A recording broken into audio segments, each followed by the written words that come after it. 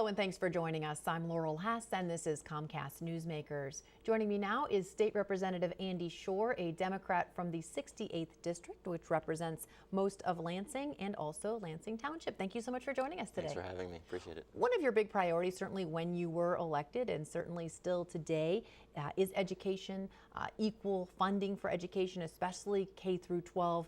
It doesn't seem like we've been making a lot of progress, making any changes when it comes to education funding. We've made some. The gap has closed, but the reality is, I represent Lansing Schools, and Lansing Schools gets about $7,300 per pupil. If I were to up and move to Bloomfield, they get about $12,000 per pupil. Well, that's not really fair. One student is worth more than another. So I've been working on that. I put a bill in to help equalize. My first year in office, the budget helped to shrink that gap. The second year, not so much, so I had to vote against it. But I'm working on that along with a variety of different reforms and other options, such as year-round schooling. In Holt, just south of Lansing, they've got year-round school, and there's a huge wait list for it. I'd like to see that as an option in Lansing, but the problem is, how do you convert the buildings?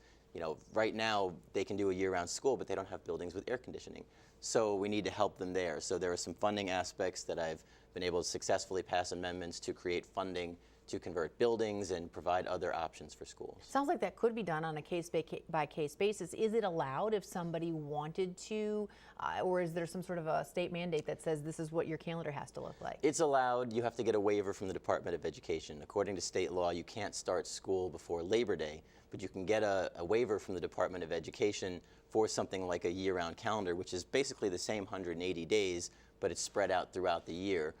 And it's something that several districts do. There's 20 or 30 schools, and we passed some money last year to allow some schools to convert. I'm hopeful that Lansing will apply this year if the money is still there. Back to equalizing funding, it seems like it's been something we've been talking about forever since we first realized that maybe Proposal A wasn't working the way it was supposed to. At what point does everybody sort of get on board, and do we really come up with a viable solution? I think that most people are there. The school districts with the higher dollar values, they want to continue to increase their funding to keep up with inflation. The school districts at the bottom, they want more money to try and catch up with the top. We use what's called a 2x formula so that the bottom schools are getting 2 times what the top are getting. And it's worked pretty well when we have the money for it. It's very expensive. As we have more money in school aid fund, we can do that. The governor actually proposed that originally in his budget this year, and then it was scrapped about 3/4 of the way through the process, which is why I ended up voting no. We ended up giving pretty much $50 across the board to everybody except the very lowest. So Lansing, who's the second lowest, got $50 as a per pupil increase, just like Bloomfield did. I think that the lowest needs to get more money scaling upwards, which is why I originally supported the 2x formula. Unfortunately, that was scrapped at the last minute, and I'm hopeful we come back to that next year, whoever the governor is. Everything's always easier when there's more money in the till, isn't it? Very quickly as well, you're also working on something that would allow some tax credits, maybe help some folks if they were willing to keep their educated bodies in our state. Right. We have the best universities in the world, and we graduate kids, and where do they go? They go where it's fun, where the downtowns are walkable. They go to Chicago.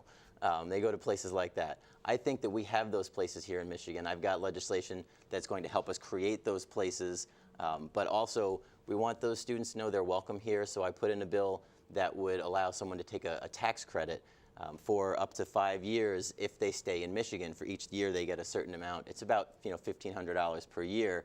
And it's a bill that's got bipartisan support, and I'm hopeful that next session we'll be able to get it moving. All right, interesting. Yeah, let's keep those folks with their college degrees in our state, building businesses and doing well. Thank you so much for joining us today. Thanks for having me. Today's Comcast Newsmaker was State Representative Andy Schor, a Democrat from the 68th District.